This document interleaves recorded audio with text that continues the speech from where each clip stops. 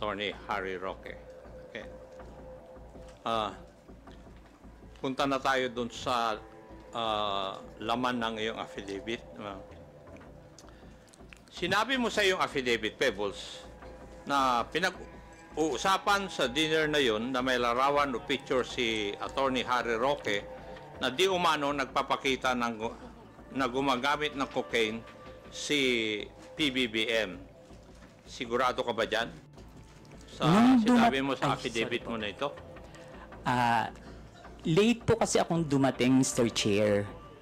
So mga 1 hour na sila nandun sa restaurant, nag-uusap.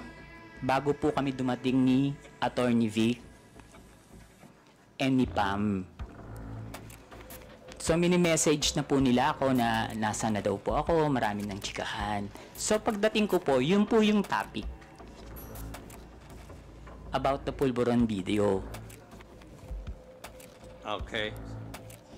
Sinabi mo rin sa iyong affidavit, Pebbles, na walang pinakitang picture si Atty. Harry Roque doon sa pinag-uusapan po ninyo. Pero base po sa iyong obserbasyon, mukha bang yung ibang mga kasamaan mo ay alam na ito o first time din nilang narinig ang tungkol sa larawan na yan? In fairness naman po dun sa mga kasama ko, hindi po nila alam. Wala po kaming alam lahat. Okay, thank you. Dito rin sa affidavit po ninyo, pinag-usapan din ninyo sa oras po na yon sa dinner kung paano i-release yung sinasabing picture na hawak ni Atty. Roque. Tama po ba? Yes po, Mr. Chair. At napagkaisahan na mas maigi na yung photo na yon ay pa-release sa isang foreign influencer para mas kapani-paniwala. Mr. Chair, hindi naman po na pagkaisahan, pero nagbibigay po sila ng mga opinion na dapat siguro sa international blogger dapat na maglabas, or yung Australian reporter na nag-interview kay PBBM, pero hindi po siya napagkaisahan. Kumbaga nagbibigay lang po sila ng mga opinion. Okay, thank you. Pebbles, kung totoo man ang picture, bakit kailangan pa maghanap ng foreign influencer to release the picture? Bakit kailangan bigyan ng some semblance of credibility ang pag-release dito? Siguro po, Mr. Chair, para mapanood agad international. Bakit kailangan ng semblance of credibility? Dahil hindi tunay yung litrato o yung photo? Bakit kailangan ng grupo po ninyo na magkaroon ng semblance of credibility yung litrato o yung photo na yon?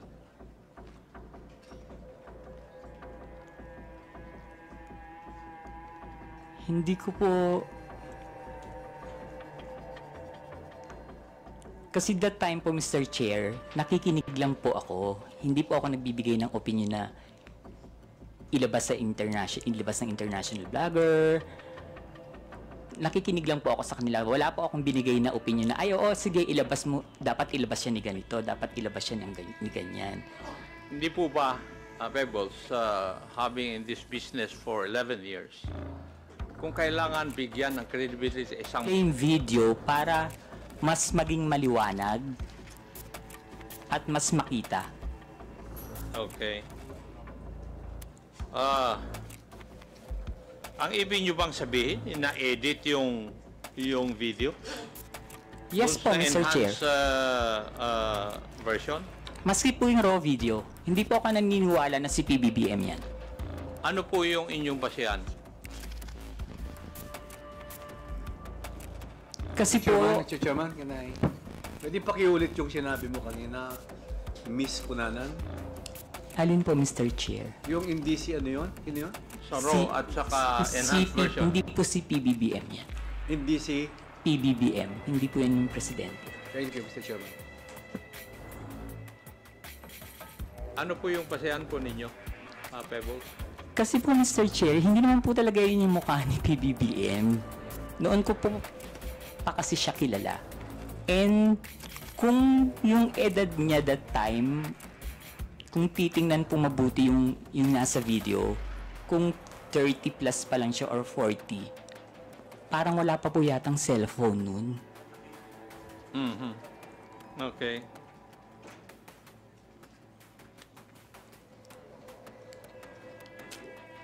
So, sa tingin mo, Pebbles, merong sinadyang alteration sa video upang manipulahin at ang itsura ng taong nasa eksena. Yes po, Mr. Chair. Ayun. Ibig sabihin, lumalabas na planado ang pagpapakalat ng video para makapanira kay PBBM. Tama po. Yes po, Mr. Chair. At ayon sa iyo, si Harry Roque ang may pakanan dito. Yes po, Mr. Chair. Pero hindi lamang si Attorney Roque ang high official na nasa meeting na 'yon. Tama po ba? Yung sa Hong Kong po, Mr. Chair? Yes. Politician po ba? Yes po, Mr. Chair. Yes. Okay. Huling katanungan, Pebbles. At sana masagot mo ito. Bakit ka nagsasalita ngayon at bakit ka pumirma ng isang affidavit? Para itama po ang mali. Para itama. Aha. Okay. Thank you, Mr. Chair. I would just like to manifest that yung Polvoron video, according to the Philippine National Police Cybercrime Office and National Bureau of Investigation,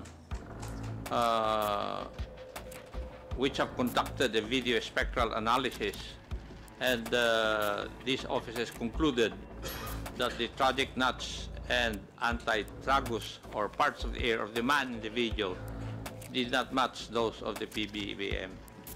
And there were also independent fact-checking organizations which conducted verification, conducting deepfake analysis insofar as the video is concerned, and all confirmed na hindi po si PBBM ang nasa video.